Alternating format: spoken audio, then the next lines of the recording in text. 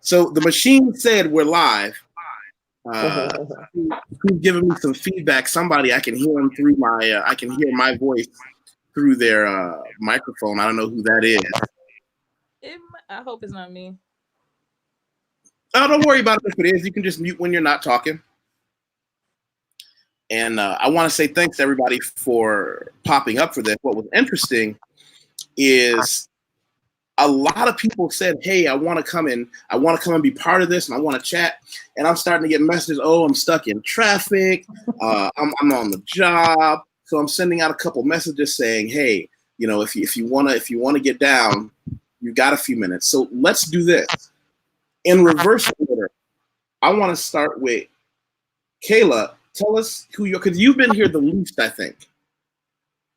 So tell me who you are and what makes you awesome and why I brought you in the first time. Oh my gosh, this is always a hard part. So my name is Keela Miles. I came across Yusef because I am looking to relocate me and my small little entourage to Brazil. And I was trying to like reach out to people and get a feel for what it's like and what I need to do and all these things. And he turned out to not be a creep, and I was like, oh, okay, cool. And then it's just like he kind of opened the floodgate to a lot of information and a lot of dope Black people. So this is my second time, but yeah, he's been very, very helpful. And I'm also a singer. I never tell people that. I don't know why, and that's probably my strongest point in life. Are you any good at it? Because if I wasn't any good at it, I wouldn't tell anybody either. So if you suck as a singer, you should probably not tell it. Honestly, see, this is the thing. It's like there's a moment where I want to be arrogant and be like, listen, like I can sing. And then there's like, you know what, just downplay it. So then if you really are bad, they're going to be like, oh, that wasn't as bad as I thought. So I'm just like, yeah. You kind of just got to hear it for yourself. How about that? So you want to tell everybody where we can find it? Is it on YouTube? Yeah, man. You can find me on SoundCloud, Keela Miles. Yeah, I'm actually working on my second project now, which is due to drop hopefully by January. That's my goal. Is a project an album, or is that being pretentious? Not necessarily. I think when people use the term album, is a lot of times for me, depending on where you are in your career, it just seems a little extra. I'm just like, let's call it a project. If you don't have that type of clout, or you don't have that, it's not album worthy, I would say. I don't, not to, you know what I mean? It's just like, no, I don't know what you mean. That's why I'm asking. Yeah, to me, album is like a whole nother standard of like effort, quality, production, marketing. The whole intent behind it is like it's like the final stage of something. Like, this is an album. And then a project is like, yes, my heart and soul is in this, but it's more so about the expression of it. It's not necessarily all about like, oh, I'm trying to, is this big wow factor, the end of the story type of thing. So in my perspective. So would it be more accurate to say you have a group of songs you've put together? Correct. That's not necessarily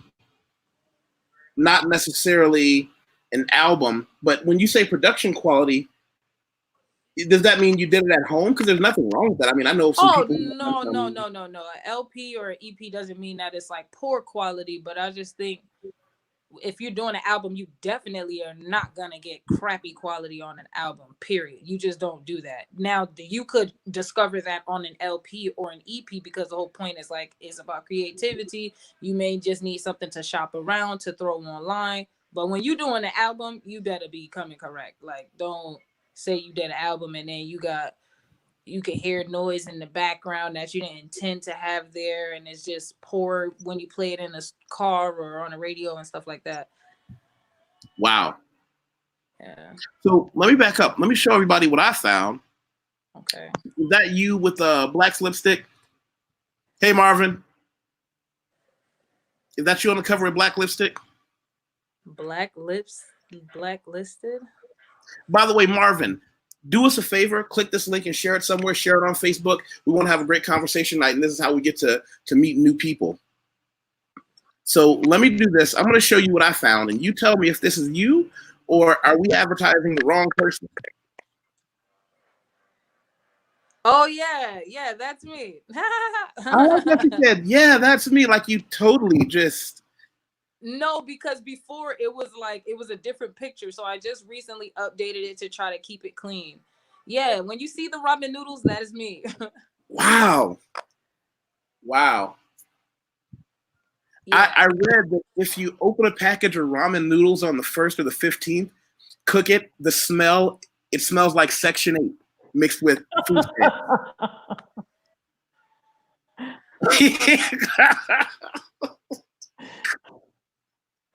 No. Now you bad. I mean, the waiting list is so long. I don't know what Section 8 smell like. I never got lucky enough. So shout out to the people that did. Well, let's go to the modern oracle, a woman who I have a great and endearing love and respect for. We've known each other for many moons, and she's someone that I hope everybody gets to meet at some point. That's your cue to Namaste, y'all. Hi. Hello. Hey, everybody. Phyllis Raleigh here. I took the job as a modern oracle. When spiritual comes and knocks on your door, you don't necessarily go looking for it. So I was like, "Is something to do? All right. What's the job description?" And that was know thyself more and do whatever it takes to understand who you are and your purpose and what you came here to do. I'm an American military brat, so this is my fourth country that I've lived long term. I'm in Vilcabamba, Ecuador, in southern Ecuador, in the Valley of Longevity. And it is, as I call it, a great place to expire. So I'm about to hit 60 next month. And so it is, as Jane Fonda says, the beginning of my third act of life and getting to just do whatever the hell I want to. And so I'm appreciating not having any of the rules of the societies we are talking about from the past to have to deal with, and getting to look them square in the eye and go, no thanks. Oh, that's what he got me out of bed for to talk about tonight. And I'm going to send it to a group that I started called Owning Masculinity, which is also the title of a book that I'm working on that's looking at the sexual abuse of the masculine under patriarchy. So I said, well, we all talk about it. Let's talk about it. I'll show them your books. Yeah.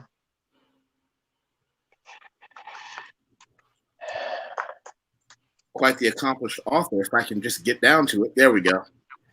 That's the next one. Yeah, I do too. It feels good, doesn't it?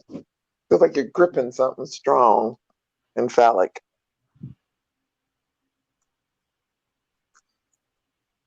So your site looks really good, by the way. Thank you. Thank you. That goes a long way. It's always it's a constant child that has to be, like new clothes you got to put on a new website skin constantly. So guess who's last?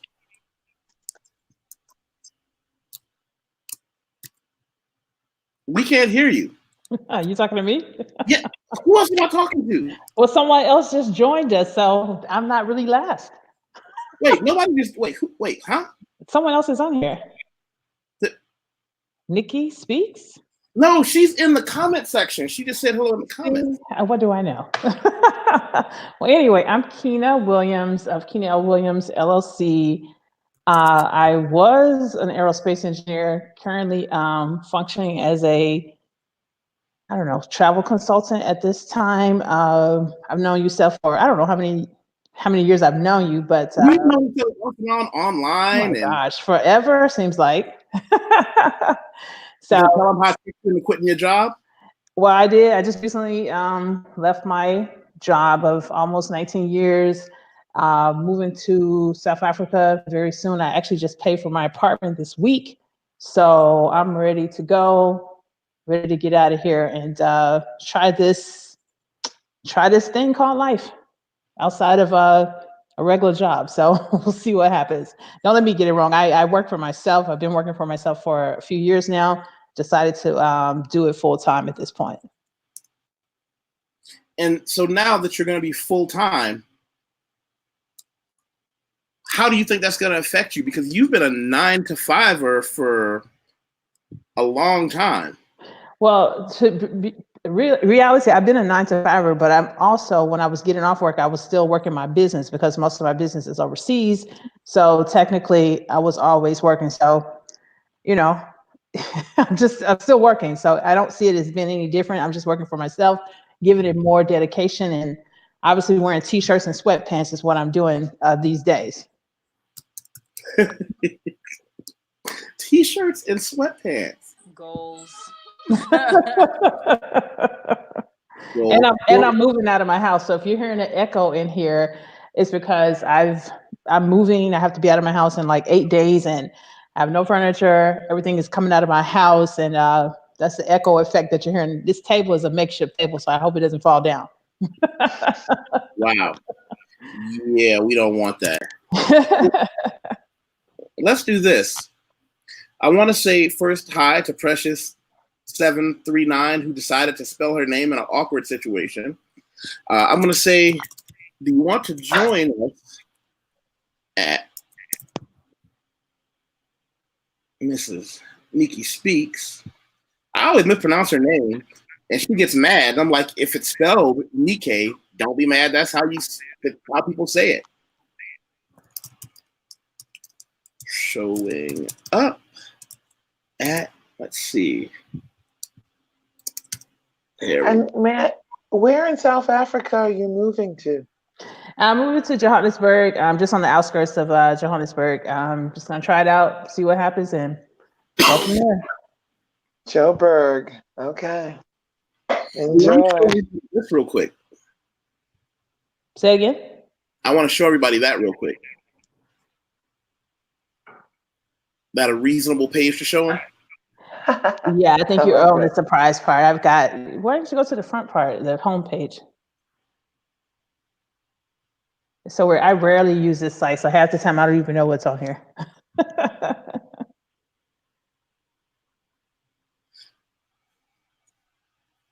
Fiji, October. Fiji is a place that, by the way, I've always firmly believed that this picture looks straight up demonic. No, don't say that. like whatever contract you sign with that picture is probably going to end in some bloodshed. No, actually, so funny you should say that. I just got back from Dubai 2 days ago, so I'm a little bit jet lagged. And at several meetings in Dubai, and wearing my shirt, I have that logo on there, and obviously the meetings went very well. So I would say it's working in my favor. Embrace your dark side. Yes. Embrace your dark side. I'll take it. So It's balance. First, I'm gonna send Nikkei like the stock exchange, a link so she can come up. And then I really want to dig into the meat and potatoes of what I wanted to talk about, because it was something that came up a few times. It's something that popped up with a few different people that I wanted to have a greater conversation on. And interestingly enough, if you'll look at the gender dynamic of today's discussion, none of the guys showed up. Oh,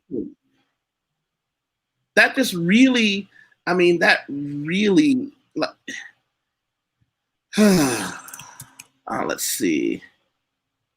see if I have her email here. I'm going to say, email me, Nikkei. Email me your email address, and I'll reply to you with the link. And I'll put my email address here. Yusef, where is everybody calling in from? Well, they can say it. Yeah, where are you, Phyllis? Ecuador, southern Yes. Ecuador. Okay. And you? You're in I'm in Oxnard, California right now. Oxnard. Okay. Oh, I got family in Oxnard. You know any Thomases? Yes. We'll chat afterwards. Let's get on my uncle Matt and my cousins are there. I don't know that family, but there's so many Thomases here. It's bound to be the ones that I know. It's a big family. Yeah, it's a big family. Exactly. Awesome. And how did you check Joburg? Is there any work that you're looking to pick up down there? No work. It's just a location to live. Pretty easy visa to get. Yusef and I, we did a podcast on that, on how I picked Joburg. It was basically, it's one of the easy visas to get. Yeah. Mm. Yeah. And Yeah. 90 days on arrival? 90 days on arrival, but I have a 4-year retiree visa. Oh, sweet. Okay. Sweet. Those are good ones to have. Definitely. I'm hoping to pick up more in other places. Well, you want to tell them your other thoughts where you were also looking at going? My original thought was I was going to Malaysia. I was going to go to Malaysia using under a business visa. Didn't opt for that currently. Picked up South African visa.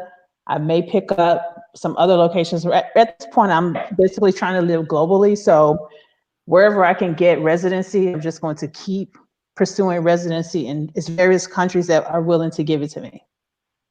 Ecuador is one of them, and you can get citizenship here and a visa, an Ecuadorian visa. I'll have to come. That's one place I have not been, so I'll have to come. That's a good spot. Okay. Let's see. Looks like. Well, as you can see from the title, have any of you ever heard of something called an iron triangle in business or anything else? Vaguely. The iron triangle is when they would tell you you can get something good, fast, or cheap. Mm-hmm. Like McDonald's, it's fast and cheap, but it's not good for you. If you want something good, fast, and cheap, let's look at a computer. You can get some knockoff brand computer from some backwater factory, and it's going to be cheap. It's going to be fast, but it's not going to be good like McDonald's. On the other hand, you can get something fancy like a MacBook Pro or a custom PC, and it is good, and it is fast, but you're going to pay a lot of money for it. Unfortunately, the opposite is Burger King. Well, what my friends and I were talking about is, I don't know if women are in a terrible iron triangle right now in 2020 with men. And I'm going to make some bold statements, and just kind of as a opening bid. Hey, reigning woman, you're welcome to come up anytime. I want to make some bold statements kind of as an opening bid, and I want everyone's opinion on it. I'm going to make some sweeping generalized statements that I know aren't true for everyone, but I find that are true for quite a few people. One statement, and I'm going to, let's see, I'm going to quote myself here to an email that I'd sent out. And it said, where is it? Come on.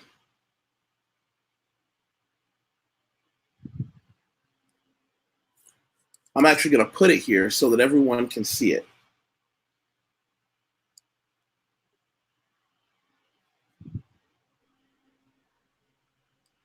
There we go.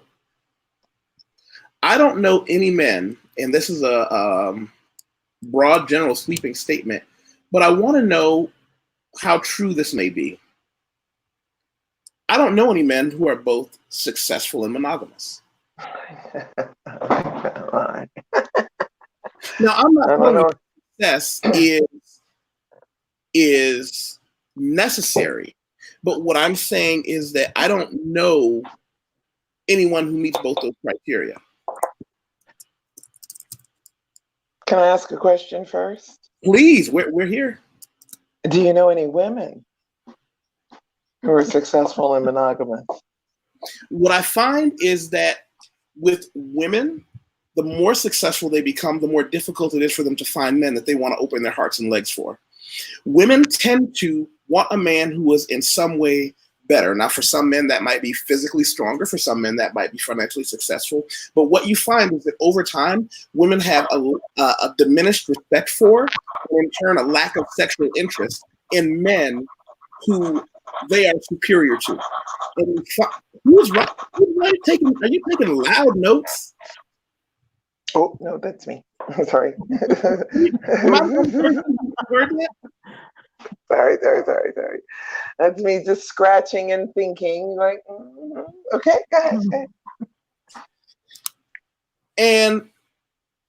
And that's where I go with that first statement. So please, do you want to go on that one first, or do you want to take time to? I would say it's equal, and for the very same reason you identified. The more successful you are, male or female, is the smaller dating pool. And if you do make an early life commitment, which is what most relationships are, when you're in the heat of your youthful vigor and you still want kids and that family fantasy, and then a real marriage happens, and then you go, oh, this is boring. This is not going to work. And you don't want to give up the, I don't want to say, as for a female, the term is, don't buy the cow, the milk is free. And I said, well, kind of the same way. Don't buy the bull, the spur, or don't put up with the bull. The sperm is always free. So you can have that same kind of attitude toward, but you don't want to throw out the baby with the bathwater if you made an investment with property, house, and children. So affairs or side relationships, and I had the pleasure of an open relationship to have polygamy and have a secondary lover that didn't cause a divorce. And so it was that gift of marrying older and knowing this stuff falls apart, that you don't make these expectations that cause disappointments. So I think they're both there, and I'm like, okay, then what? I want to give everybody a quick reference that's a good read. The Ethical Slut, Practical Guide to Polyamory, Open Relationship, and Other Adventures. It's a good book. If anybody here wants that book, leave me a message in the comments and I'll give you a copy of it. I think what you said is very true. What I find over and over again in my arguably shorter life experience than you've had is that with men, I can honestly say we've never looked down on a woman we found attractive because she only had a high school diploma and poured coffee. It doesn't work that way for us. As a matter of fact, the most successful men can demonstrate their success by saying, I can be attracted to this woman and have no idea whether or not she's actually a breadwinner, because that will never diminish what I look at her and want. We don't look at one of the things that helped me in life very, very young that was beaten into my head, and a lot of childish notions about relationships were pulled out by force by older men who really care for me, is that once men realize that men and women are shopping for two different things, your relationship with women becomes much more successful. And one of those things is that it's always awkward when I hear women think that we're looking for the same things that they are. And I don't think they ever are. But let's move along. Let's say Kayla, are you nursing right now? I can't hear. And she's muted. Yes, I think is that answer. Turn off your mute button. Yeah. Sorry. Okay. Yeah. Nursing. See, listen. I'm glad that you're nursing, because my whole thing is I think people should accept nursing anywhere. And I hear women complain about it all the time. I would much rather have a woman nursing anywhere as opposed to the screaming baby. I don't know why so many people are like, oh, women shouldn't nurse in public. Do you know what the option to that is? Do you know what the B side of that is? It's a screaming baby. Oh, well, I was thinking formula, but we won't go there. Yeah. So I don't even know what to speak on first. Like, first of all, I don't think I ever dated somebody that's like successful to the point of like oh, they're like exempt from monogamy. But I like a lot of the broke guys that I dated or date or just flock to me because I'm broke, I guess. I don't know. Anyway, monogamy is still an issue. I don't really, poor people is cheating and they doing all type of wildness too. I don't even think it matters at this point whether you got money or not. People want to have love and whatever they think love is and have options. And I think honestly, as a woman, my generation, we are like of, I mean, like I was growing up listening to music. Hey, that's independent. You know what I'm saying? It was all about, you know, being independent. And now it's more so like, oh, F you, I got my own bag. I'll get your bag too. I'm going to do what I want to do. Basically, I can move the way a quote unquote man can move. And it's okay. Like I can do what I want to do. And I think men still have the same narrative where they move the way that they've been allowed to move, which is, I guess, do what they want. They can sleep with this woman and that man too. And I don't know. I just think it's just that time in general where monogamy is like, what's that? To me, in my opinion, I really just think monogamy is obsolete at this point for a lot of people. Marriage, money, poverty, whatever. You know, it's interesting that you talk about that intersection because I always looked at it as one of the things that I looked at is when I say non-monogamous, I'm talking about consensual non-monogamy. I'm not talking about some dirtbag move on the side, banging some hooker, you know, on the side of a trash can or a hotel. That's not what I mean. I mean those men who achieve a level of success. And by the way, success is not necessarily a money issue. I want to be clear about that. From what I've seen is that money is part of it, but men achieve success in a couple of different ways. Let me list out some of the ways that I find men have really shown their success. Let's see. I'm trying to imagine that without money. I'm like, huh? What? You ain't got no money. What did you do? Like, huh? Well, when you go overseas, you see they build, you know, they take what little money they had and build something. I like these guys that are going back to nature and going, I want to make sure I can build a house, dig for water, you know, grow the land. And I'm like, oh, okay, old school, okay. real old school. You find those out. But that's like resourceful in some kind of way. Like, sure, that's success. So that's a kind of if you can't buy a house, but you can build the house. Okay. Yeah. Right. Yeah. Hook me up. Yeah.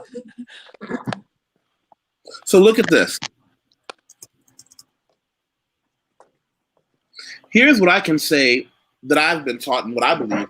These are success metrics for men. So when I say a man becomes successful, if he's good at one of those things, just mastering one of them puts you in the short list for women because very few men are good at any of them at all.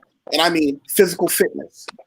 I have a lot of young men who come to me advice about how come I can't blah, blah, blah with women. I tell them, listen, if you don't have the lifestyle or this or that, none of that's important. How about go to the gym every day? The cheapest and most effective way to become attractive to the stunning and overwhelming majority of women, just get in shape. Especially if you're in America where most people are out of shape. Money, which is the default setting. Money is, you know, it's one that we know works everywhere in the world. But power, your ability to manipulate the world around you to suit your needs, power is an aphrodisiac. Respect. Why is it that you can get an old curmudgeonly professor who still has 23-year-old students throwing themselves at him? Because if he's a man who's respected, the author, the person that when he walks into the room, other men stand up, yeah, women want that. Fear, your stereotypical tough guy. And the last one is fame, which is the single most important one. Let me be clear. Fame just consistently kicks the ass out of all the other one, because if you're famous, the concept of you having to acquiesce to anything that a woman asks for goes right out the window. Let's see what he said here. Success and power for men seem to be exempt from monogamy. Most people are poly, married multiple times, multiple children by different partners. No one seems to mate for life. I want to parse those two things, you're right. No one seems to mate for life, but I think part of the responsible aspect of being non-monogamous is not creating a bunch of children, and that's something that I see over and over again.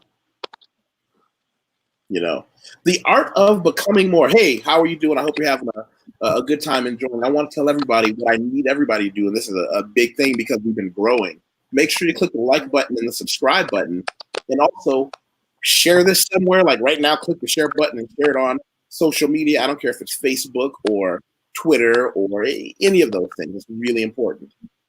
And let me know how you.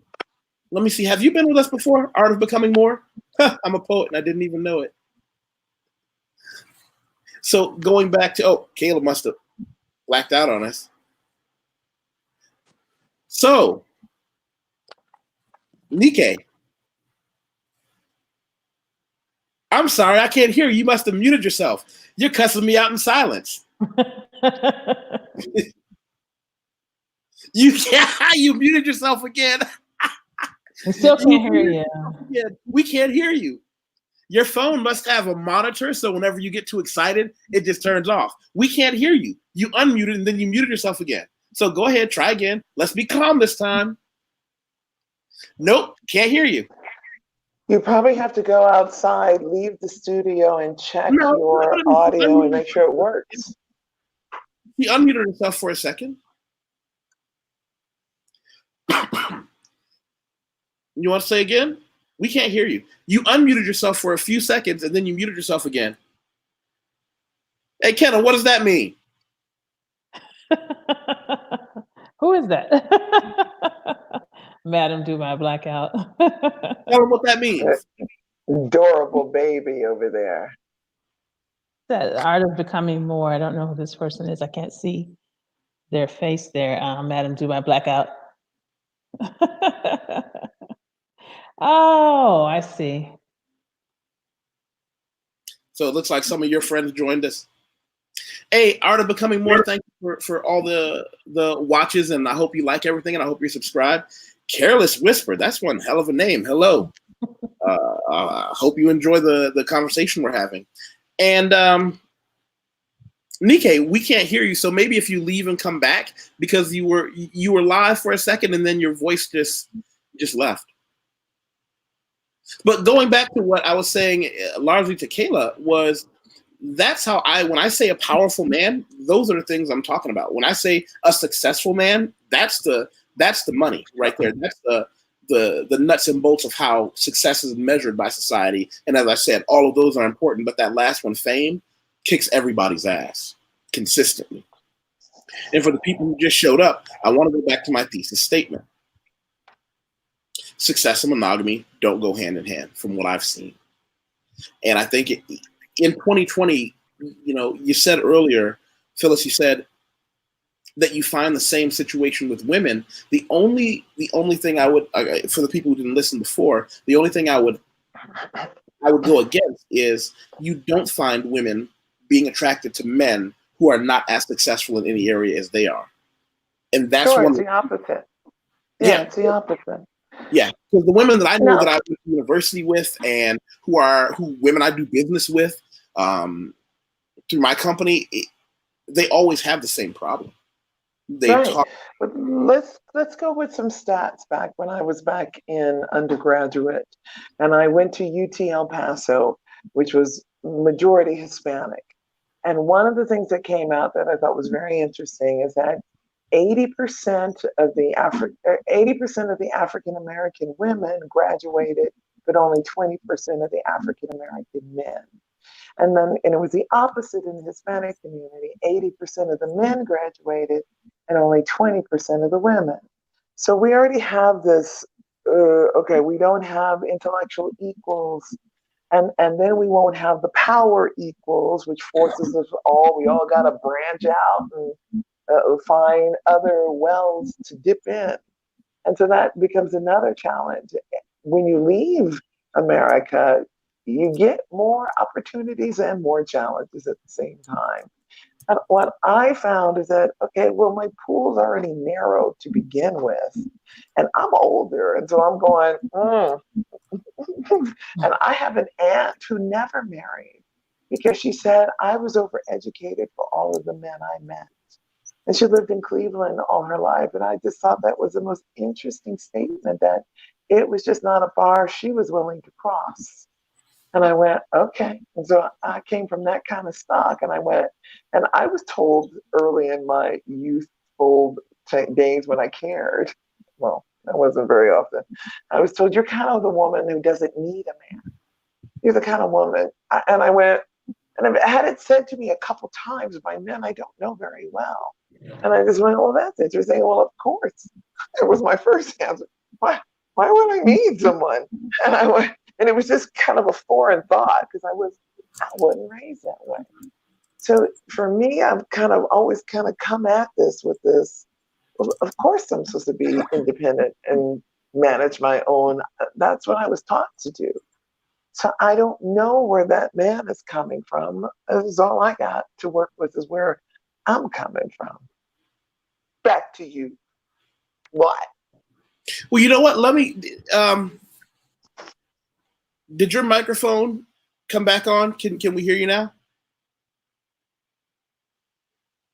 Say hello. Say hello. That's weird because we heard you for a minute earlier and then it just went away. Are you using earphones? Are you using your computer? Are you?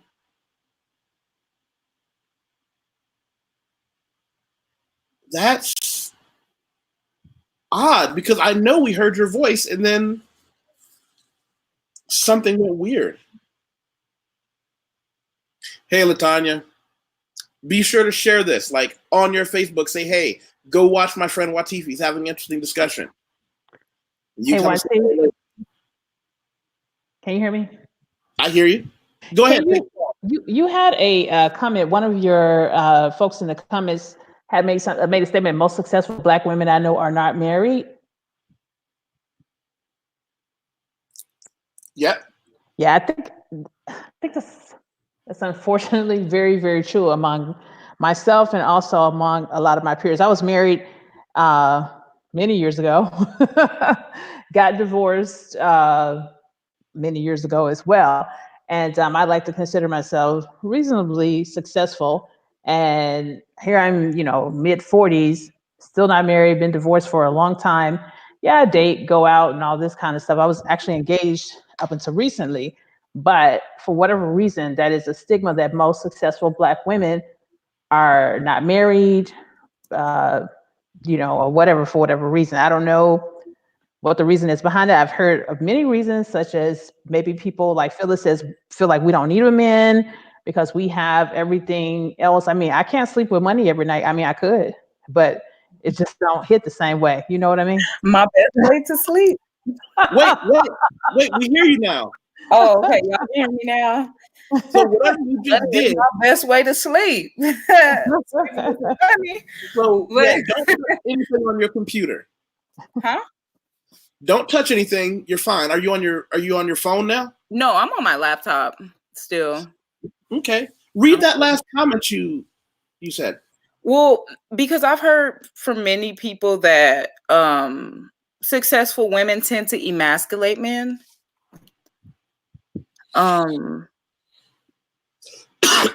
That's just what I've heard. I've been told that myself. Or I think the constant. Honestly though, it's not the women. I don't want to blame the women. The women have a lot of drive and ambition, and the men they tend to attract do not, unfortunately. And I've dealt with this in my previous relationships. You know what I've dealt with.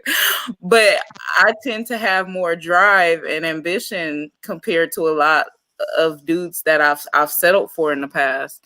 They don't have the same work ethic. And so what stops you and other women like you who are young and have their life in front of them? What stops you from saying, you know what, I want to find a man who is ambitious? Because as much as it's half of it is the men who approach you, the other half are the men that you open yourself up to emotionally, the men that you You know, I think the men who are successful, they don't like successful women. I'm gonna just be honest. Like, they like the women who don't have nothing. They like, you have to, if you have something going for yourself, they look at you as an equal. You're my coworker. You're my counterpart. We're not. That's just my experience. I don't know. That's You just know how. what? read that quote Now that that I explains what trade, you're you know, my mentor is a millionaire. Like, there's other women in the trading group, but his woman does not trade. She's not into that. She's like, I don't know, she's like a fitness junkie or something. But you could tell she's, I don't like to call her a dumb blonde because she's not even blonde, but she's one of those, like, like she's getting, like she don't seem there mentally. So men like women who are dumber than them. They like women who cannot hold a conversation. And I intellectually, men feel intimidated. If you're intellectually have something there's very few men who appreciate intellectuality in a woman. Not all, because the male ego is very fragile. So you guys feel intimidated if, oh, she knows too much. Oh my God. Like, but I've had to dumb myself down plenty of times. And I've noticed that when I do dumb myself down for men, they tend to be like, oh, like they like being able to teach me stuff. You know what? Let me back up. Let me read Art of Becoming More. My sister and I had this conversation. I feel they go for women who have less and less a position for them to fill. I think you really just scratched the surface of a greater truth. One of the things that I always say to a lot of the young men who come to me for advice is that a man only has one real enemy, and that is his ego. One of the things that I know that men of Same with a woman. of all races have in common is we like being able to do for the women that we like. Let me say that again. We like being able to do stuff for the women we care about. The first woman you ever want to do something for is your mom.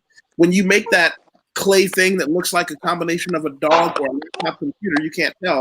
The first person you think, you'll skip over your dad and your uncle, and you'll take it for your mom because she's the woman you care about, and you want to give her this nice thing you have. And we carry that into our adulthood. As a man, I can tell you, we don't do nice things or get nice stuff because we want it.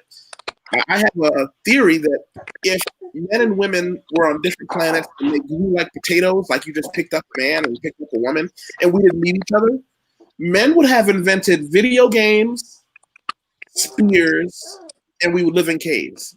And I'll tell you exactly why. We would probably not need the spear if we could agree with the bear in the cave not to attack me while I sleep and I want to attack you while you sleep. The reason we have all the other shit we've ever made is because we like to do it to show women what we can do. So yeah, Art of Becoming More, you're absolutely. You know what? For that comment, Yusef, can you hear me? Yeah, who's typing in the background? I'm turning off my video because my bandwidth is not that strong. No, that's not a problem. Can you just do me a favor and mute yourself while you're typing and writing because we can hear the clicking? That's all. I'm not writing.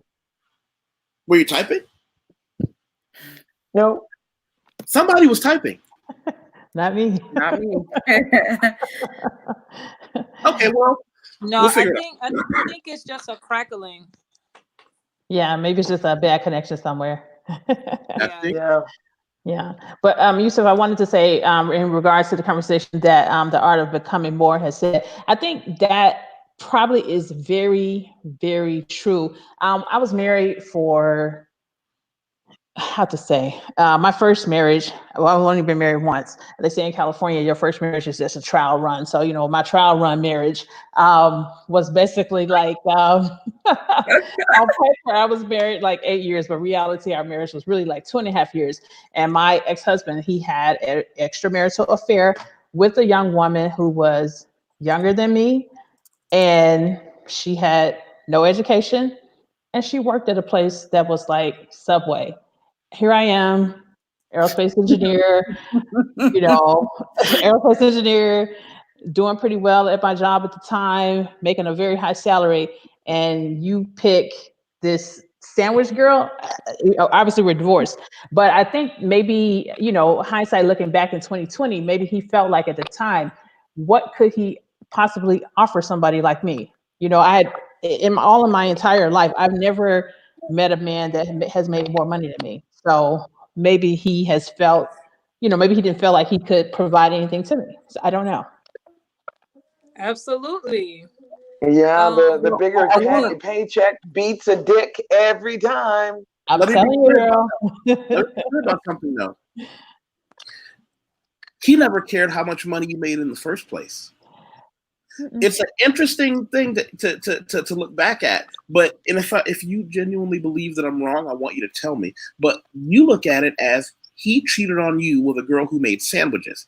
The fact that she made sandwiches never factored into his decision to fuck this girl. I don't think it was that. I think in this case, you know, this is another story. I think our marriage in the first place, I don't think it was a real marriage for number one. And also I think he felt maybe he met this person and maybe she gave him probably more emotional support than I probably was given at the time. So it could be she had the time. I was busy at work. So maybe that could be part of it. I don't really know. But you know, that was something in hindsight I looked at and say, okay, you know, maybe that was a situation at that time. This is something that has happened, you know, over 15 years ago. So he actually married her and he divorced her. So there you go. Ooh, child. It makes me like nervous that hearing that all those years. Ugh. Well, you have to look at it differently. And I think, you know, the older I get, the more, I don't know, the more realistic I get about things. You know, we talked about statistics today as far as Black women, successful Black women are not dating. And, you know, I don't know if we were talking about this subject today, but successful Black women, if I can go here, I think Black men don't really want us. So a lot of us are crossing over to other men. There could be other men in other countries, which I think Yusef, you know, that's my thing, is dating foreign men. So it's I don't know, for whatever reason it seems to work. It just seems like a different type of thing, and for me, it works for me. So here's can my I other say question. something really far out? Go ahead. I think when I look at like the history, just vaguely and in general, just like the Black man kind of being removed out of the picture when it comes to Black women and having that unit, just, you know, for a good chunk of time, it was just like single Black person, single Black woman, single Black woman, single Black woman, single Black woman. I really don't think that they know their place anymore. I feel like they are genuinely lost.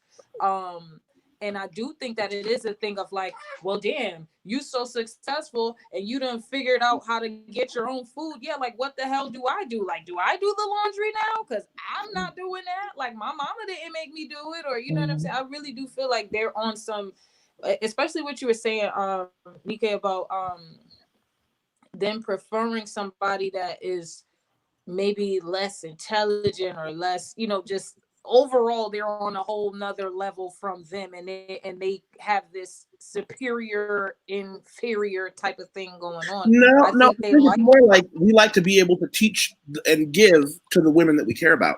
It's not necessarily superiority complex. It's that men feel good being but able why to say, wouldn't you be able to teach a successful Black woman, and why does that automatically exempt her from being capable of learning something from you? It's just now you may not be teaching her the things that you want to teach her. You know what I'm saying? Maybe you don't have to tell her like, you should sit like this when you're at the table. Is it that type of stuff that they want to teach a woman? Like, you know what I'm saying? It may be something else that can be learned, but I think it's like, what is it that men are expecting to teach successful Black women that they can't learn, or you get? Am I making sense? Can I interject a little bit? hold on. Let's do two things. One, he said a superiority and ego. I want to get into that later. Two, go ahead. You said you want to say something real quick. Oh, okay. Yeah. I don't think it's necessarily a superiority. I just think it's natural for men to want to lead the relationship. So I think that when he can't teach you anything, I'm going to just say this because this is just from my experience. I would be deemed the know-it-all. So a lot of successful women have that tendency. I know, we know. And a man feels turned off by that, because if you know everything, I can't tell you anything. Like, I can't teach you anything. Unwanted would be the word. Yeah, yeah. And we all need to feel that we're needed and wanted. And so when it is and I no shade on anybody in any position, because these are difficult decisions to make. And when I cannot count on my hand how many Black men in my age category are available in this country. So I'm not like, I've made it harder for myself statistically, and chose it intentionally because I was not focused on it anymore. Going, I'm good for a while. But for the young ones, I'm like, yeah, please travel, please go out and not get the American scars. And total respect for African American men. They're the toughest. They've gone through the most.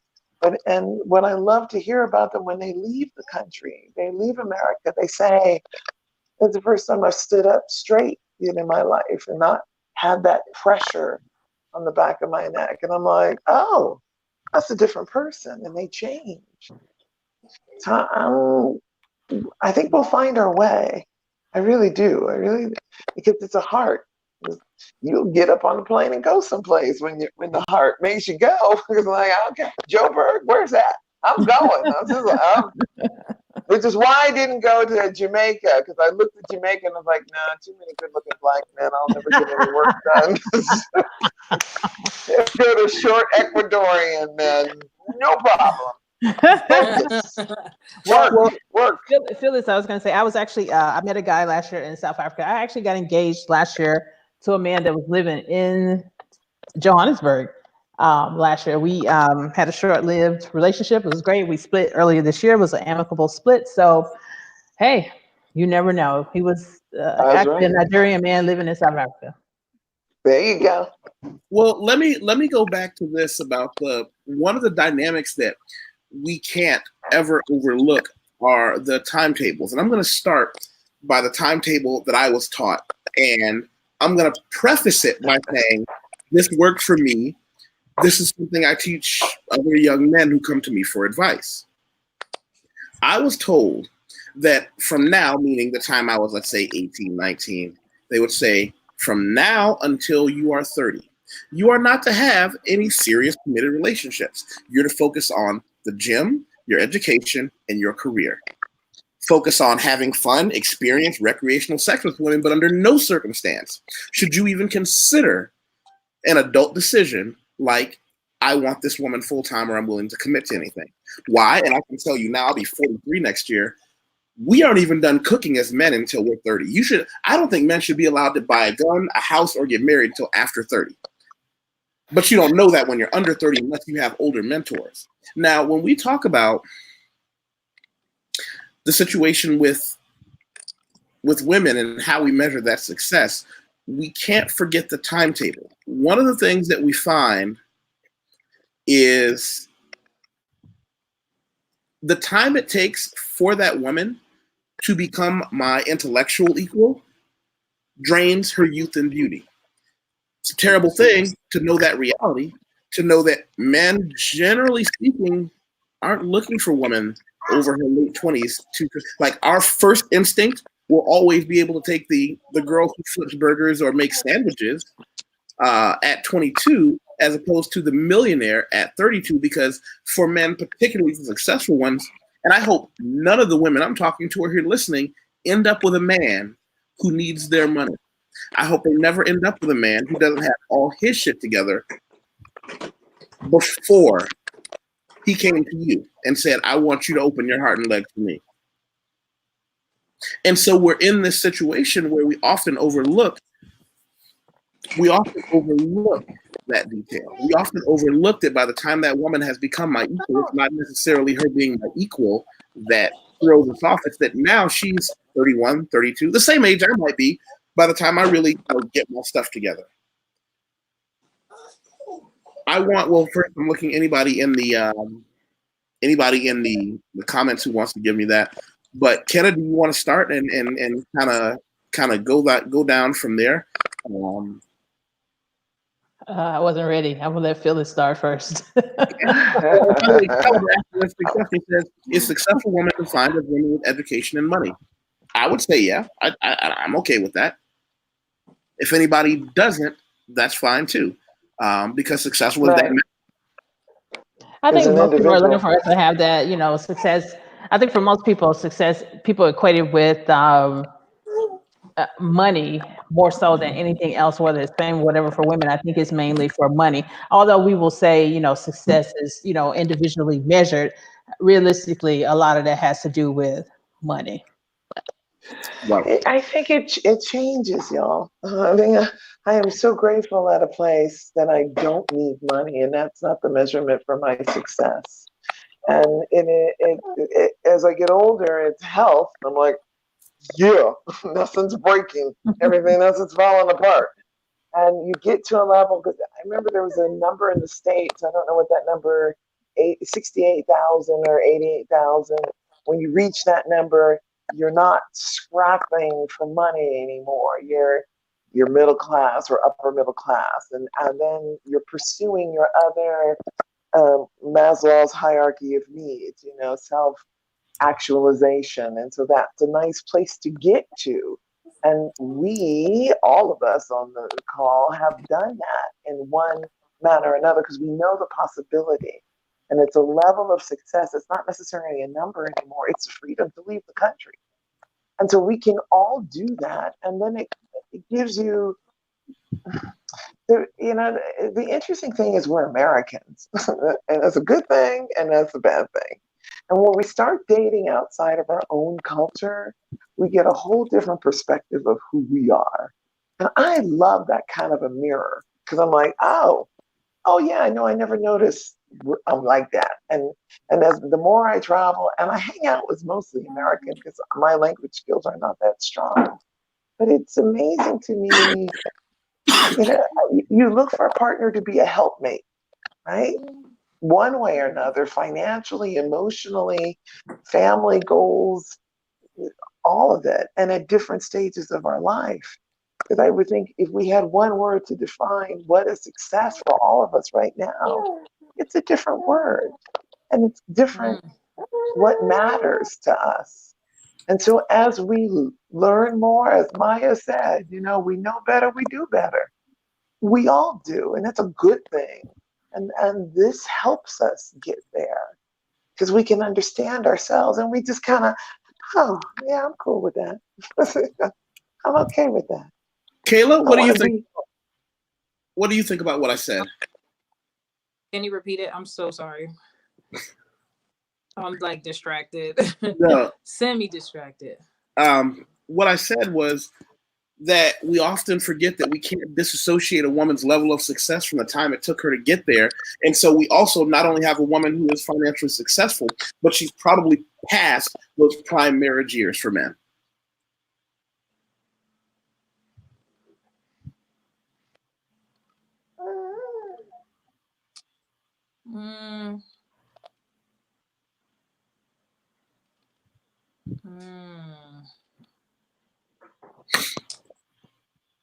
Yeah, but what about I don't know. I don't know how to comment on that.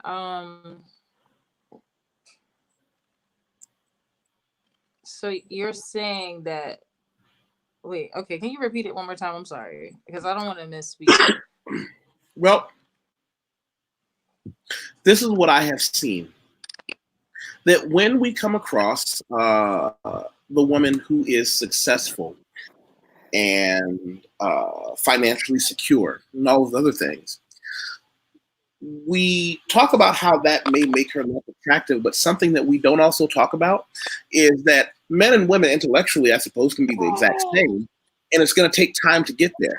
When that woman hits that moment of financial security, she's going to be in her early, if not mid-30s, and that also factors into her inability to find a suitable husband. But I thought you said that guys after 30, no? Say that again? After 30, I thought after 30 y'all good to, you know, y'all ready and all that, right? No. I mean, we're not looking for women over 30. Men, statistically speaking, in every industrialized Western nation, the majority of women that we marry are going to be under 30. Now, we might talk about it, we might slip and chuck and jive over the reality of the situation, but a woman's youth and beauty are arguably her two strongest assets to a man, whereas a man's success is the most, arguably the most quantifiable way you can decide if a woman's going to be attracted to him. So when women do get to that level of success, they're often past those years where the majority of men who have choices, because everything I'm talking about with men, I want to be clear, I'm not talking about all men. I'm talking about men who put in the work to be the most desirable, the ones who are physically competent, financially stable, and are respected by men who are respected. That's not most men. Most men are going to have to settle for some shit in life that successful men don't. But those men at that top of the pyramid, are they really looking for that woman, whether or not she's rich? What I'm saying is a rich 22-year-old would still stand a stronger chance at finding a quality husband than a rich 32-year-old. Okay, honestly, in my experience, what I see is like college seems to be the window for women. Like, you know, even at my job, all the women that I work with are married. They're all in their 40s. I'm the youngest person. I'm the second Black person that works there. Everybody else is white. They're all married. And all their stories are like basically identical. I met such and such in college. Even the Black women that I know that are married in my community, I met my husband in college, or I was in grad school. Down to the dentist that I was working for, he met his fiance while he was at dental school.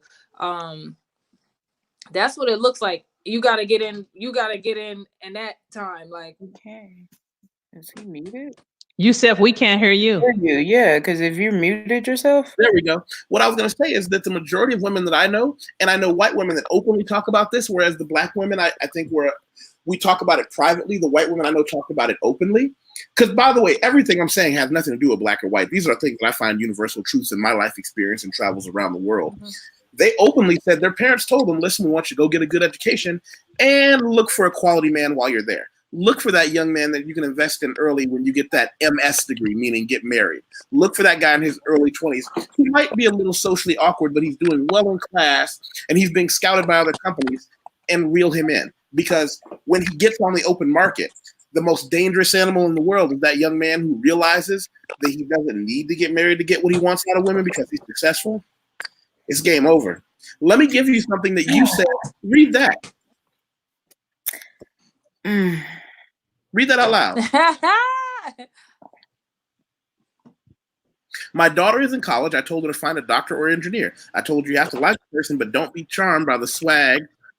Don't be swayed by the charm and swag. Oh my God, that word swag makes me cringe. I feel like I'm going back in 2013. I'm sorry, I'm young.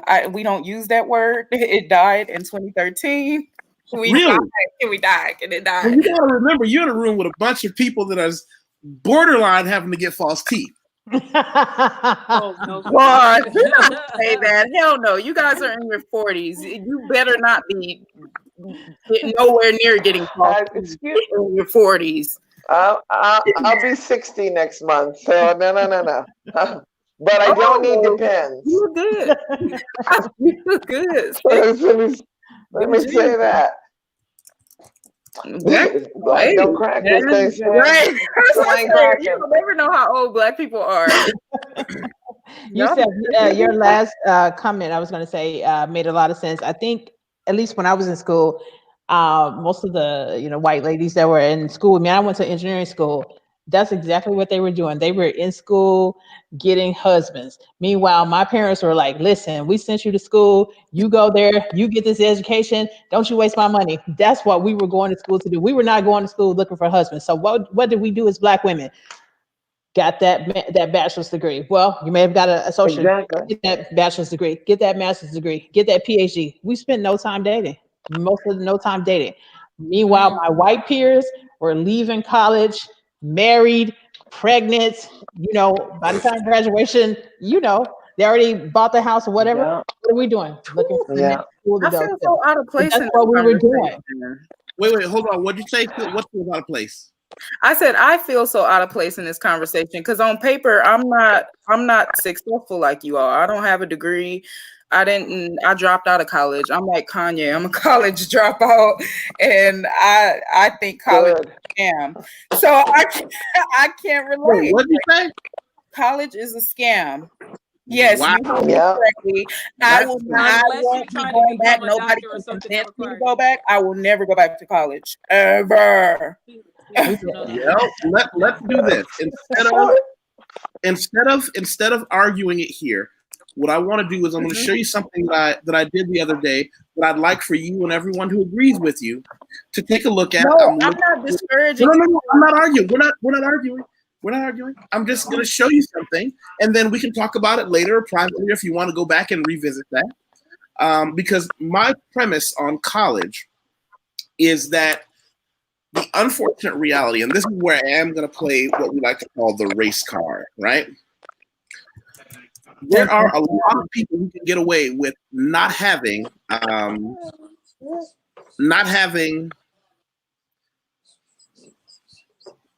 would I put it? Not having an education that's formal. There are a lot of people who can get away with that.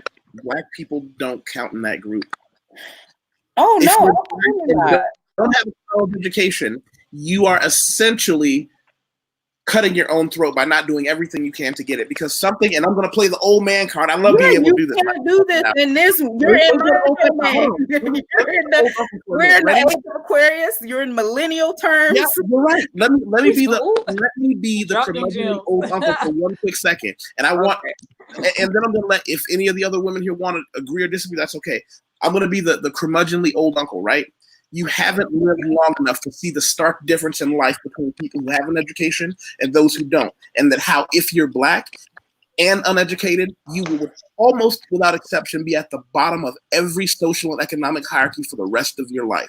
Now, I'm going to leave that You're there. missing one category. You're missing one category. Okay, go ahead. If you add entrepreneur, then you don't need the college. You need the entrepreneur. Ding, ding, ding, that's ding, the ding. difference. Wait. Phyllis, how many university degrees do you have? 3. Don't talk that shit to this young woman about how she doesn't need to go to college. You have 3 universities. No, I'm sorry. We live in an era of here, what you're on YouTube. We've seen millions of people on here in my age bracket who are now millionaires, and they don't even have a high school diploma. Now, you're talking to somebody who was born in 1994. When you tell us that doesn't work in this generation. Times have changed, as they say. We're not going to argue with people. There are tons of people who became successful without a university degree, and they are still a tiny minority. The reason that anyone who ever died for people who look like you and me fought for, it was because education will be the largest, most common differentiator. I'm not telling you couldn't be successful without one. I'm just telling you the odds on anyone being successful without an education are pretty slim, but we remember the cases of people who did because it's unusual. Kenna, what do you think? Entrepreneur. That's a good thing because I don't know, Nikkei, is it Nikkei or Nikki? It's Neek. Because my name is Dominique. That's why I said, Yusef, you should be ashamed for how well traveled you are. My name is of French origin, Dominique. I don't speak French. Spoken like an American. Spoken like an American. Well, with this particular topic, I am probably I don't want to say I'm on the fence because I have an engineering degree, and although I have an aerospace engineering degree, I'm currently at the point in my life where I'm not using that particular degree. However, I'm using some of the skills that I learned at work, whether it be project management skills, which I went and got certification for, and things of that nature. So I would say this is what I was taught. And again, I'm in my mid 40s. So Neek, I'm not sure how old you are. What I was taught was a degree, it's just what I was taught, was an indicator that you had the ability to learn. That's what I was taught that it was. And that when prospective employers will hire you and they would see that you had a degree, that for them was, oh, okay, this person can learn, this person can maybe do what we need them to do in this particular position or whatever. So that's what discipline, you will complete something, the task or whatever. That's what I was taught. Again, I'm in my mid 40s. However, I'm looking at the times now, like you said, you're looking at the new generations, what people are doing. A lot of people are entrepreneurs, and even myself, you know, being a entrepreneur, business person in a background that has nothing to do with what I went to school for. I often laugh and say, business is something I didn't go to school for.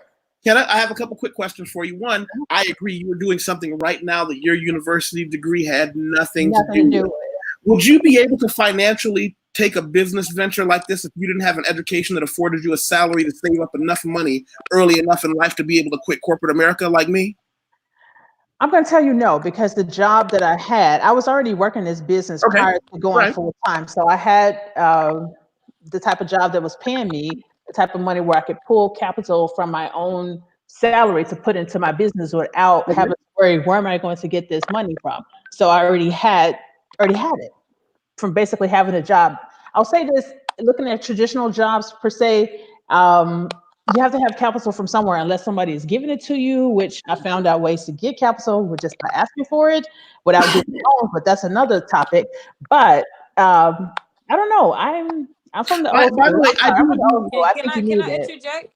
I do agree. Let me say something real quick. I don't want education to only be university. I do agree with certification or trade school. I have friends who are electricians and carpenters who make a metric ton of money because they did journeyman trades.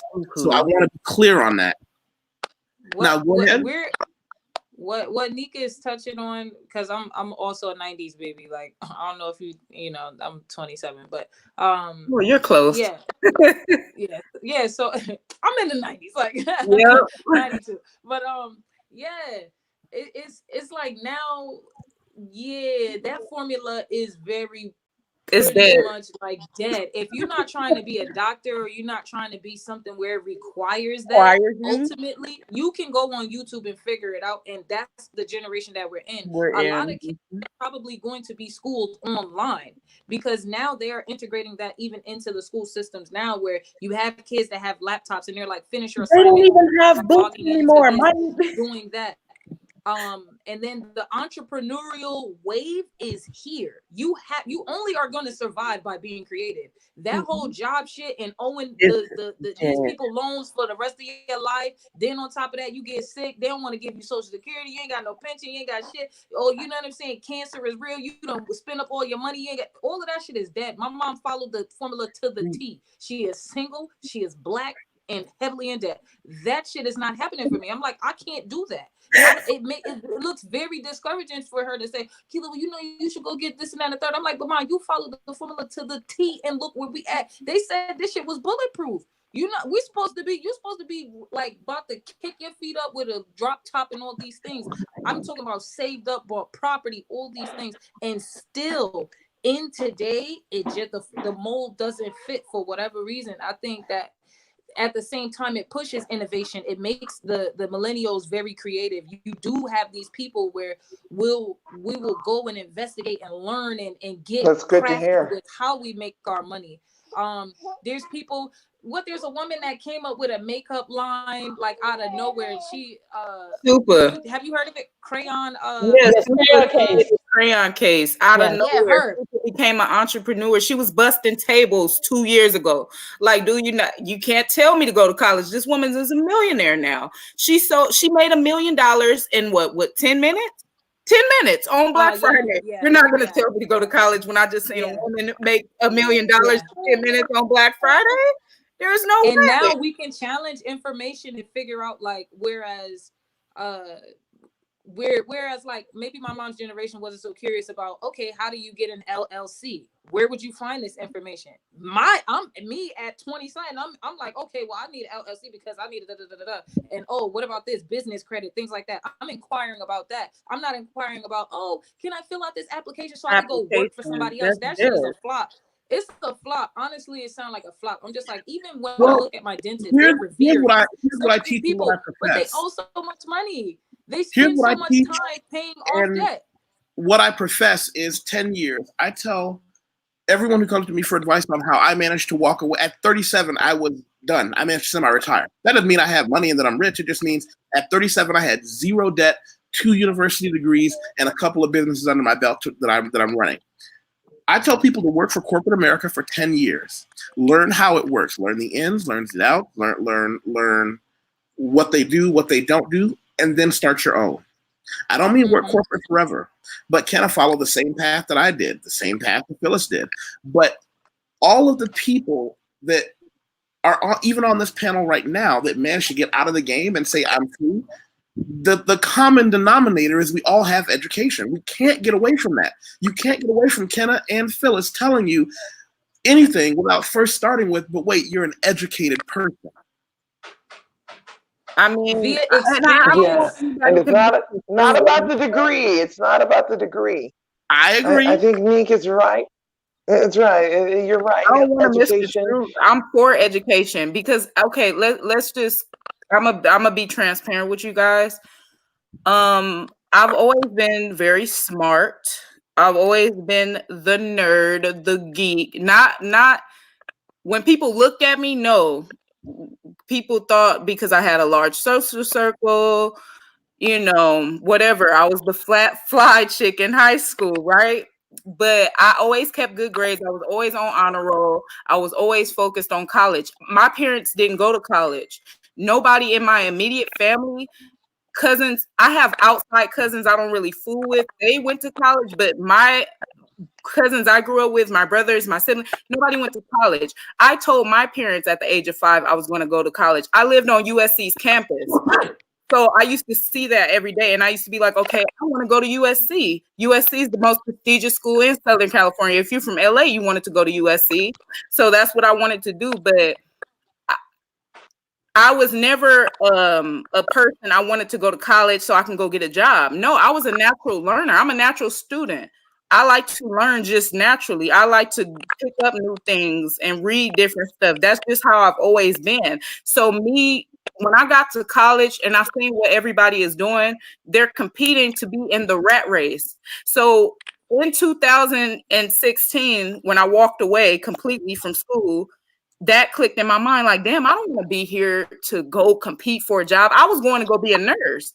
So they was telling me, oh, you need to know Spanish. You need to do this. You need to have that.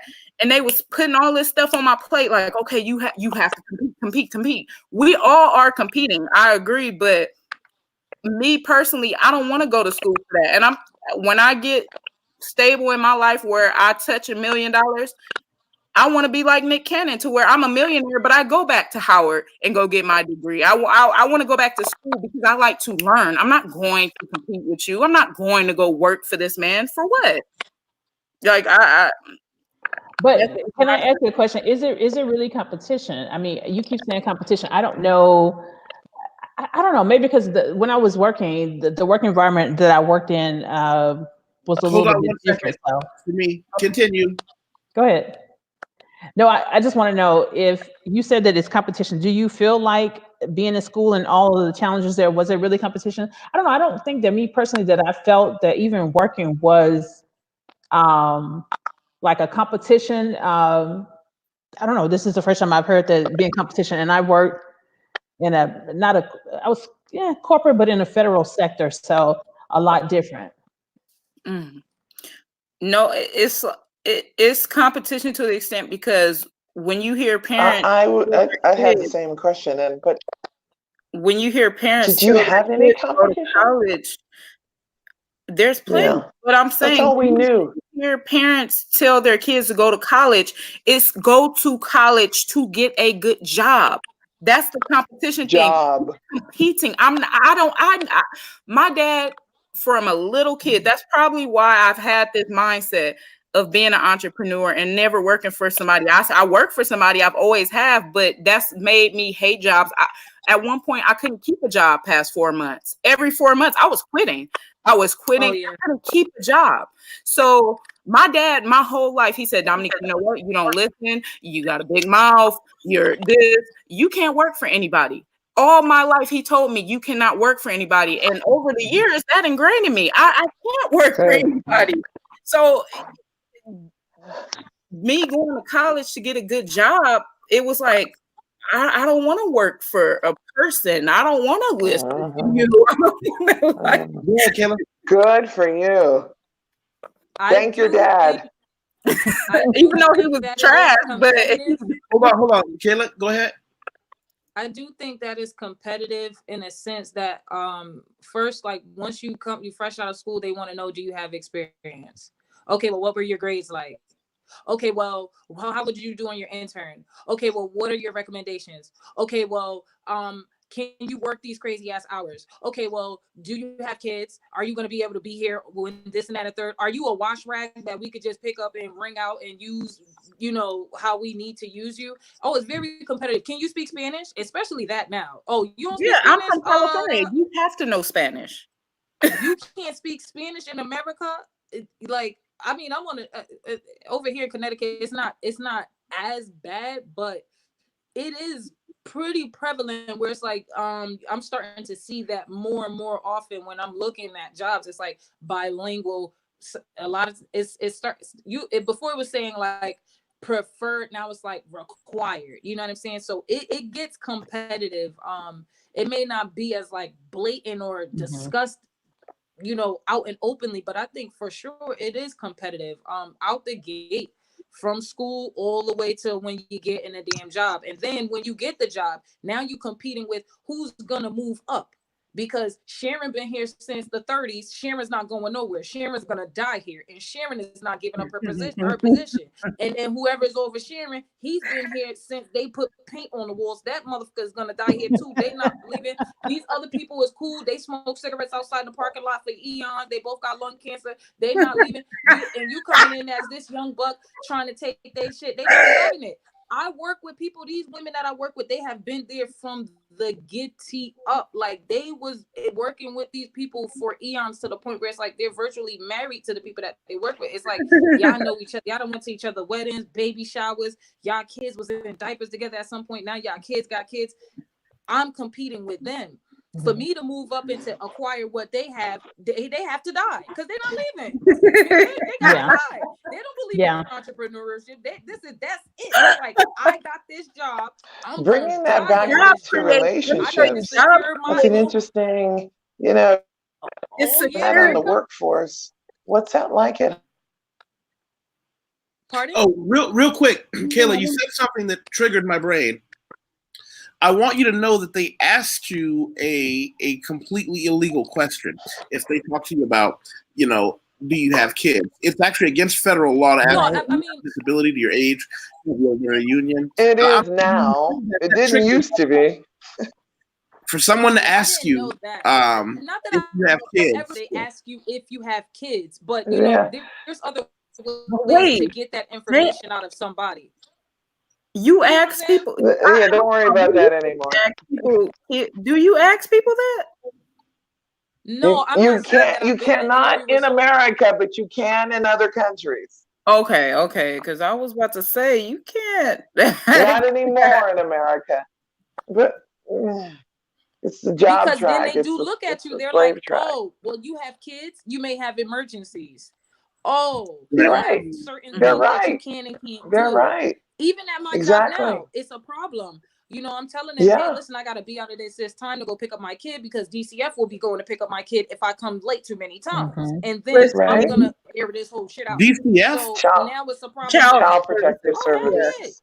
You can't leave your kids at the daycare for too long. Them people looking for you. They're like, okay, well, this is neglect. We don't care that you were working. And let's talk about the cost of daycare. Yeah, but that's this is my whole thing. That's why, Yusef, I joined the co-movement, because I realized early in my I'm not in my early 20s now. I'm mid. I'm hitting the bridge.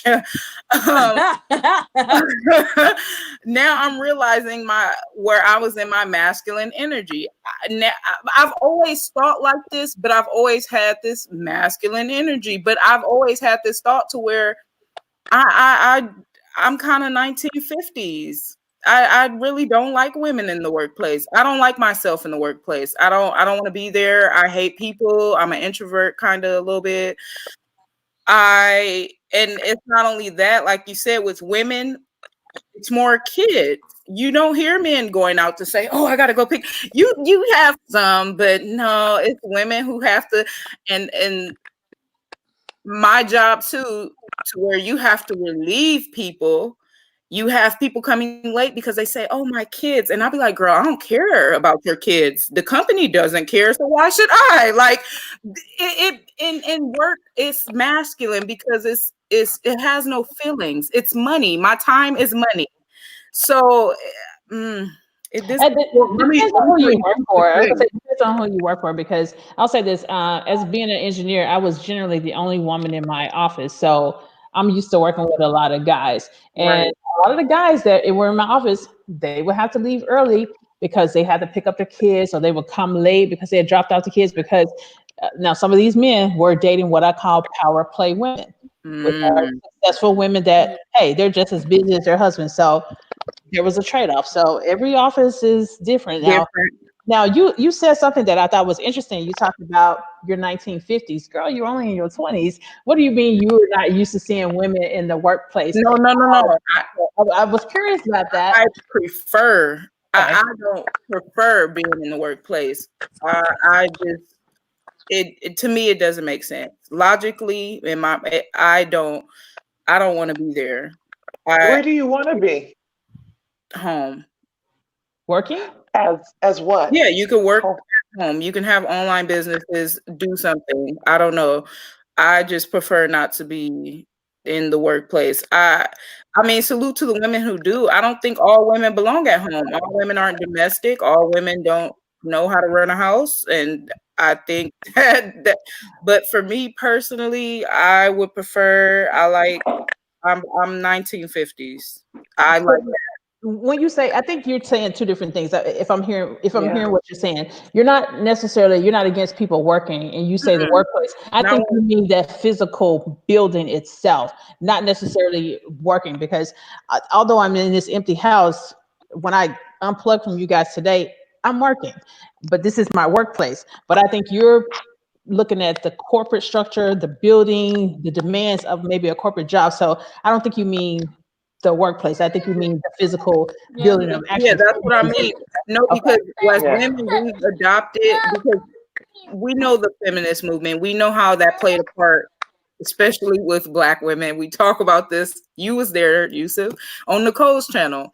It's completely destroyed the family structure. Women wanted to go, I guess, work. I don't know why. But yeah, they wanted to go to these jobs, and they in return have said we can do everything men can do, and it's become this whole competition, and it's draining. I'm honestly over it.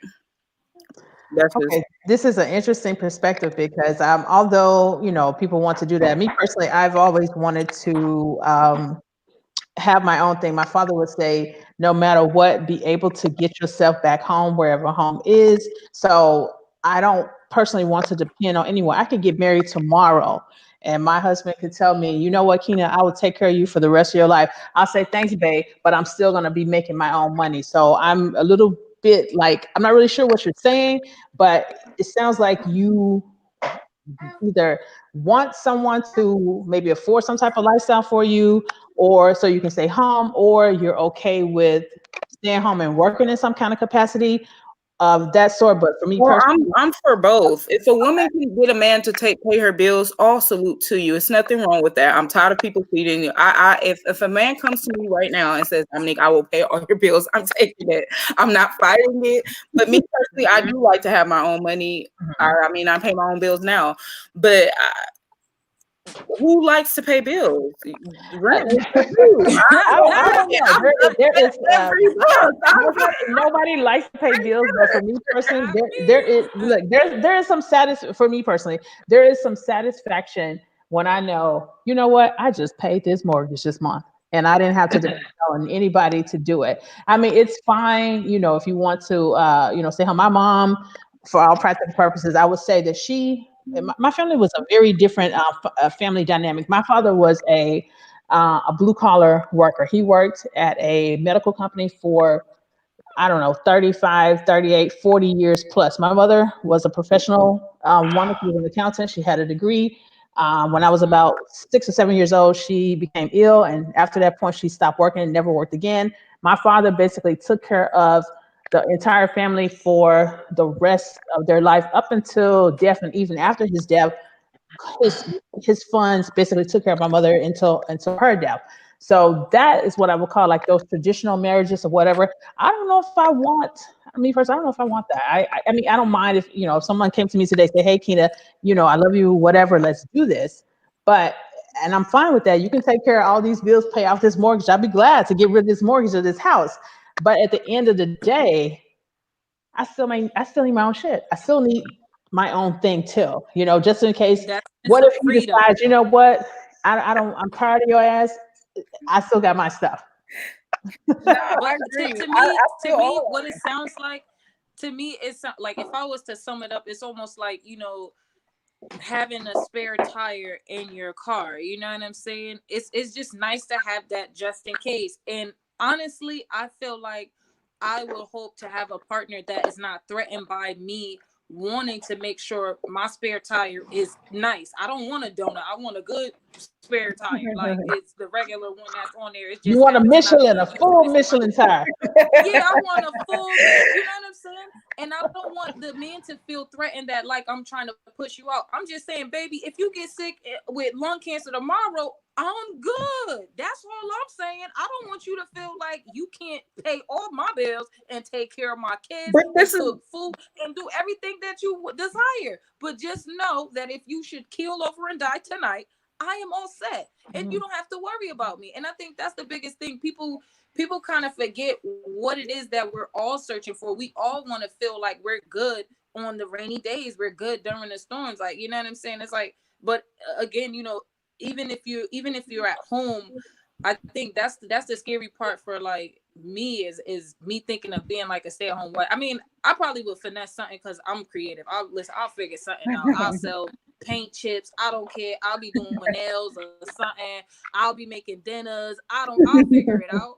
But that's the fear that comes with it. It's kind of like getting comfortable, and then if the rug is pulled out from under you, what do you do then?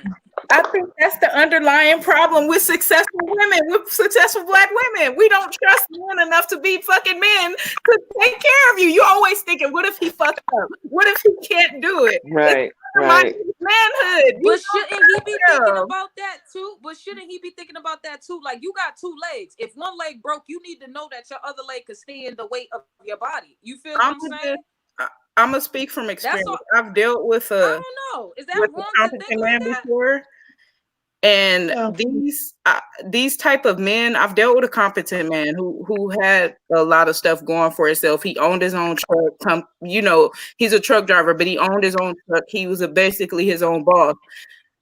These men literally could lose everything they had tomorrow and go and get it back without your help. They don't need your help. They don't want your help. This is my experience. I've seen it with my own eyes. These are the type of men who they stand on their own too. It's not a thing to where they're like, oh, you're gonna hold me down, or no. It's nothing like that. It's I got this. But have you not heard the stories of the women where it's like, and then I found out Gary had a gambling problem and he owed $50 million. I don't know how I'm gonna feed my kids. He just left me. I don't know. I want to go in then. I want to say that unfortunately, culturally, and this is where again I'll play the race card. Unfortunately, I think that a lot of Black people in the past together were not in a situation to be a sole breadwinner for Black men, for their families. And I think that once we began to get a little bit of education and societal equality, as men pulled out of that and became more able, women were a lot more precarious. Because what I find in my world travels and in the experiences I've had with women is that there is an expectation that if I'm giving you arguably my best, my loyalty, my obedience, that societally it's expected that of course you'll take care of me. Where men are looked down on, if you have a wife or even a wife, a side bitch, whatever you want to call it, they have to have a certain measure of he's going to take care of her in order to even be respected. And I think that a lot of communities don't come from that, where men can get away from it. And I always maintain we will do whatever the other men around us, particularly the older ones, the more successful ones, tell us we have to do for ourselves, for women. And I find that in a lot of places that's different, especially outside of the United States, because in the United States, it's a very different issue. Whereas you go to other countries and it's kind of like, well, yeah, of course he may have a wife and a girlfriend and they're both taken care of. Whereas in America, it's kind of like, for successful men, women are a lot more disposable because there is no standard of care. Because women are looked at in the United States as she should just be able to take care of herself. And that's one of the I've seen a lot of men. Black men in America lack, I hate to say this, it's kind of disgusting that it's going to come out of my mouth, but men in America don't have genuine care or curiosity or respect for women. They don't. The fact that you view them as disposable and you don't feel the need to take care of her. And I dated a Nigerian before. Their culture is totally different. Like those men, they have concern for all women. And I noticed men here, or men who grew up here, they only want to protect, provide for you, or care for you if they know you personally or if they're having sex with you. But men from another background, they don't care what they're getting from you. Just the fact that you're a woman, I'm going to protect you. I'm going to make you feel safe. That's my experience. You know, they have a little bit more respect for women. What I found though is that's not true, not like a black man thing. That's an American man. No, I said men. Just men. In other countries, America don't have respect. The men I dated a Nigerian. They're different. They take care of women. If they see an older woman down the street struggling to carry her bag, whether he knows that woman or not, whether he's seen her or not, he's gonna help her. But I think this goes back to what we said earlier. They come from cultures where women consistently need men, and we feel good being able to say, hey, I was the guy that helped that old lady across the street, you know, or I was the guy that saw that woman struggling with a baby in one hand and an umbrella in the other one. I said, hey, let me close your umbrella and help you get home to your husband and your dad. When in America, you know, that's the other issue, is women need you a lot less as a man.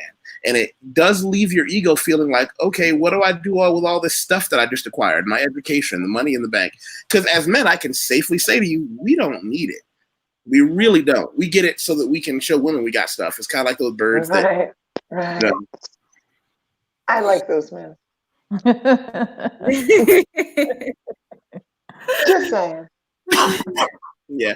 Well, I think we stretched this one out pretty good, and I appreciate everybody's input, and I had a lot of fun. And I want to say thank you to everybody in the chat room who came and really helped keep this conversation lively. The last thing I'll leave you guys with as part of my sign off is I always tell everybody I'm not quote unquote a YouTuber. I don't make money making videos. Maybe I will one day, but that's not what I do now. And I tell everybody to also say hello to me on my LinkedIn profile, because that's if you need someone who edits, writes resumes, edits books, edits journals. If you have something that needs to be done in university level English, I'm the guy to do it for you. Feel free to catch me on LinkedIn, but most importantly, even before you do that, feel free to scroll down, and I want you to look at my references, the people, the companies, the clients that I've done quality work for, and that's how I earn a crust.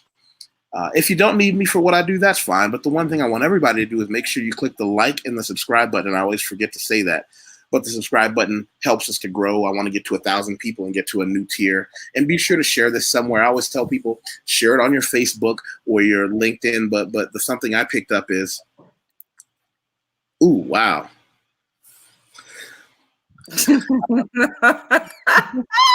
America, dumb broad fighting for Thank you to the panel. Thank you on the YouTube circuit. Be safe and have a good night. Exactly, my experience is when you hate to take extra care. Wow, that got brutal. But going into that last stretch, I tell everybody, share my videos on your Tinder profile and say, if we can't have a conversation at least as deep and as introspective as this one, we can't get together. What thanks, Fran.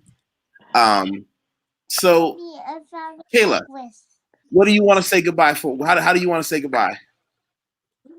Oh, check me out on SoundCloud, Keela Miles. Yeah, singer, songwriter, rapper, entrepreneur, future millionaire. Mark my words, maybe billionaire. Who knows? We'll see. Yes. Yeah.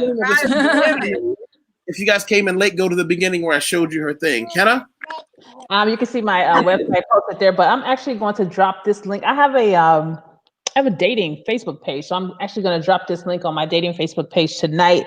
That page is called Before the Date, After the Date, The Chronicles of Pusha Key. I'm Pusha Key outside of my real name, so I'm going to drop that on that page tonight when this is finished. And but you know, I think most people know I do group travel, so hit me up if you're interested in going on any of my trips. I just did Dubai Blackout with a lot of Black people, known for that. So looking forward to seeing more people on that. Oh, I want to go. Let go. How do you want to wrap up? Huh? How do you want to wrap up? Oh, y'all know I'm crazy as hell. This ain't the first time I've been on one of your panels, and Yusef know I'm shitty. I'm a shitty employee. I was on his panel at work. So, but yeah, y'all know I have a YouTube channel. Y'all can subscribe to my channel if y'all want. I mean, I haven't been consistent. I haven't put up any recent content, but my channel's slowly growing. If you want to help it grow, you can. Like, comment, and subscribe. Share if you care. Awesome. All right. And with that, I'll leave you all with the classics. Love you all. And thanks everybody who joined in. I hope everybody has a great night.